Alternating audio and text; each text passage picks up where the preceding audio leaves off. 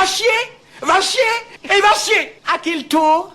Bonjour à tous et bienvenue dans cette nouvelle vidéo et aujourd'hui on revient sur Un prince à New York numéro 2 diffusé donc sur Amazon Prime depuis vendredi. Alors pourquoi diffusé sur Amazon Prime? Eh bien tout simplement parce que c'est un film qui devait sortir en salle l'année dernière je crois et qui pour cause de pandémie eh bien du coup a été repoussé et puis après acheté par Amazon. Donc c'est racheté par Amazon mais ça reste quand même un film Paramount avec évidemment l'immense Eddie Murphy. Oui, je suis totalement fan d'Eddie Murphy, j'adore Eddie Murphy, enfin sauf peut-être dernièrement, même si il y a quand même un très bon film réalisé par le même réal d'ailleurs que Un prince à New York, Craig Brewer, et qui s'appelle Dolemite, que je vous recommande et qui est bien meilleur d'ailleurs que ce Prince à New York 2, qui marque bien voilà les limites voilà de vouloir faire une suite 30 ans après ou je sais pas combien d'années après d'un hit des années 80. Je me souviens d'avoir vu en salle Un prince à New York, j'avais adoré en termes de comédie, ça se posait là. Pour moi c'est clairement un des meilleurs films de John Landis, avec Blues Brothers, avec Un fauteuil pour deux, bon bref on peut les aligner, hein, le loup-garou de Londres, etc. Et franchement là c'est très compliqué, ce n'est pas un navet, ce n'est pas un nanar, faut quand même pas exagérer, c'est-à-dire en tant que tel, si tu veux, si tu oublies le contexte de la suite d'Un prince à New York, bon, ça va, ça fait à peu près le boulot, sauf qu'il y a beaucoup de problèmes qui se pointent quand même. Après, si tu le compares au premier, ça fait quand même très mal, quoi. Alors, avant de rentrer dans les spoilers, je dirais, moi, ce qui m'a principalement dérangé dans ce film, c'est que j'ai eu vraiment l'impression de voir Eddie Murphy en second rôle. Vraiment. J'ai eu l'impression de voir, enfin c'est même pas une impression, c'est que j'ai vu Eddie Murphy traverser le film comme ça. Et puis, avec toujours un peu la même tête, quoi. C'est-à-dire, comme ça. Voilà, toujours, tu sais, voilà, alors ok, il est dans son rôle de prince, de roi maintenant, mais ça m'a posé vraiment un problème parce que, si tu veux, les scénaristes ne savent tellement pas quoi raconter par rapport à ce personnage du prince Hakim, vu qu'ils ont tout raconté dans le premier, eh ben, le problème c'est qu'on le met en figure de mentor, et puis, eh bien, il va traverser tout le film comme ça, pour moi, mais réellement en second rôle, quoi. C'est-à-dire qu'on essaye de te le mettre, si tu veux, de reproduire certaines séquences qui avaient très bien marché dans le premier, donc on essaye de te les reconstituer dans le 2, mais je trouve que ça fonctionne absolument pas. Il se fait même bouffer limite pas par Arsenio Hall mais par d'autres acteurs. C'est quand même un comble quand même de dire ça d'Eddie Murphy, alors que justement dans le précédent film du même réal, donc Dolemite, il avait vraiment le rôle principal et je peux vous dire qu'il traversait pas le film comme ça, quoi. C'était vraiment, il tenait vraiment l'affiche. Là, je trouve que vraiment, non, il est relégué au second plan, mais il est relégué au second plan parce que tout simplement, il n'y a pas grand chose à raconter, quoi. Alors, ce qui est plutôt sympa, on retrouve à peu près tout le casting du premier. Ça va de Lisa à Arsenio Hall, même au père de Lisa. On retrouve même le mec qui chantait, tu sais, avec sa voix super aiguë dans le palais de Zamunda et tout ça. Bon, alors c'est sûr qu'ils ont pris un coup de vieux, voilà, mais franchement, ça c'est plutôt sympa d'avoir réuni le plus de casting possible du premier épisode et évidemment de pouvoir nous le remettre dans le second. Alors le problème, et maintenant je vais rentrer un petit peu dans les spoilers, quoi. Donc si vous n'avez pas vu le film, regardez-le, ça va, vous avez passé un bon moment, c'est divertissant, mais alors vous attendez pas au premier épisode. Alors tout de suite je spoil. Évidemment pour moi le principal défaut c'est que l'intrigue c'est prétexte A. On va par exemple nous mettre des flashbacks assez sympas, des flashbacks en fait du premier, donc on va nous remettre des scènes du premier quand ils sont en boîte de nuit et qui cherchent et que Prince Hakim en fait cherche l'élu de son cœur et puis évidemment il la trouve pas, etc. Il est en boîte de nuit avec Arsenio Hall et là ce qu'on va faire c'est qu'on va nous rajouter des scènes donc avec Arsenio Hall et Eddie Murphy en mode rajeuni, donc on va utiliser ce fameux procédé de rajeunissement. Bon, c'est plutôt sympa, c'est pas hyper bien fait, mais disons que ça va, ça passe, quoi. Et en fait, tout ça va être un prétexte à nous raconter qu'en vérité, le prince Hakim a couché avec une nana dans le Queens et tout ça, et donc il a un fils, voilà.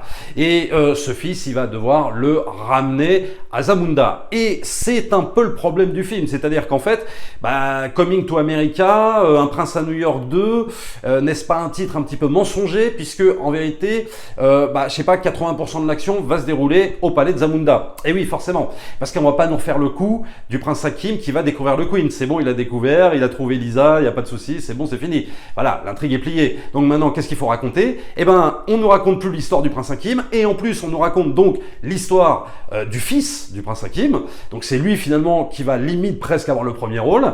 Et puis surtout, ça va pas se dérouler dans le Queens, puisqu'on nous a déjà fait le coup.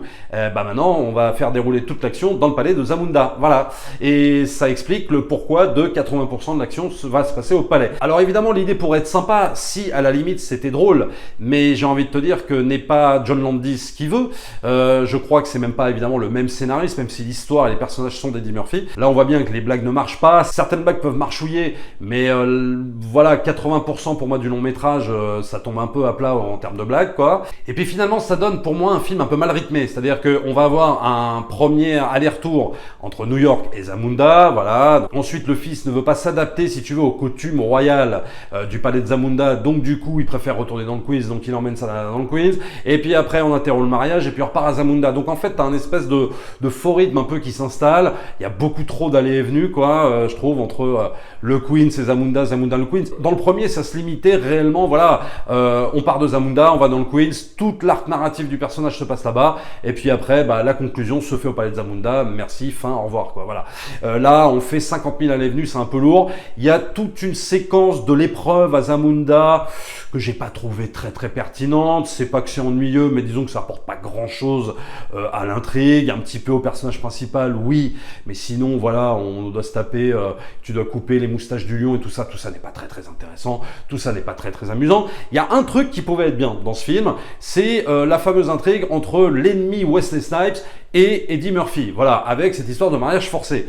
Mais si ils arrivent à en faire quelque chose un petit peu au début, et bien après tout ça est résolu, voilà, un petit peu comme ça à la va-vite. Il n'y a plus de problème, il n'y a plus de mésentente, tout va bien, et ça pouvait constituer un point intéressant dans le film. Le problème, c'est qu'ils en font absolument rien, et surtout Wesley Snipes en fait des caisses. Voilà, c'est-à-dire qu'il surjoue, comme il surjouait un petit peu, faut le dire, dans Dolemite aussi, hein. Je trouve qu'il en faisait beaucoup, il était vraiment en surjeu, et là, bah, le réalisateur le dirige de la même façon. Alors, est-ce que c'est vraiment le réalisateur qui veut voir Wesley Snipes comme ça, ou alors c'est Wesley Snipes qui en fait des tonnes? Pourtant, Wesley Snipes, c'est quand même un bon acteur, quoi. Bon, enfin, moi, j'aimais beaucoup Wesley Snipes, surtout dans les films de Spike Lee.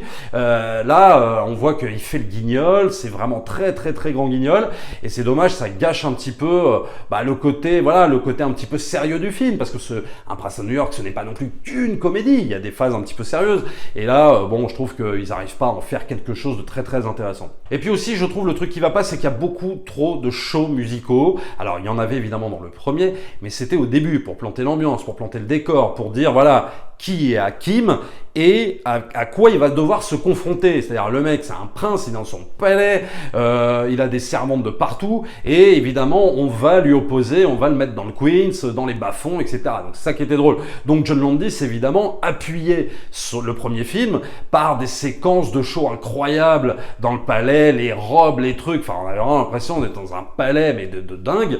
Et là, en fait, on va nous refaire la même chose, mais sauf que on va le répéter sans cesse. Pour moi, il y a trop de shows musicaux, il y a trop de séquences de danse. On dirait que le mec s'est dit, bon, j'ai du budget, bah, je vais l'utiliser là-dedans. Bon, voilà. Alors, c'est sympa une fois, peut-être deux fois à la limite. Après, je trouve que c'est trop de séquences comme ça, trop de séquences dansées. Et je trouve qu'au bout d'un moment, on en perd un petit peu, on perd un peu l'authenticité et on voit vraiment le film comme ça se dérouler. C'est vraiment ennuyeux. En fait, le problème de ce film, c'est qu'on nous fait une réplique du premier, mais à l'envers. Voilà. C'est-à-dire qu'en fait, c'est pas le prince Hakim, mais c'est le fils du prince Hakim qui ne veut pas de la prétendante qu'on veut lui donner, celle qui va obéir au doigt et à l'œil à toutes ses volontés, et donc il préfère évidemment une fille beaucoup plus authentique. Donc il va la trouver dans le palais et ils vont se marier et tout ça, machin, etc.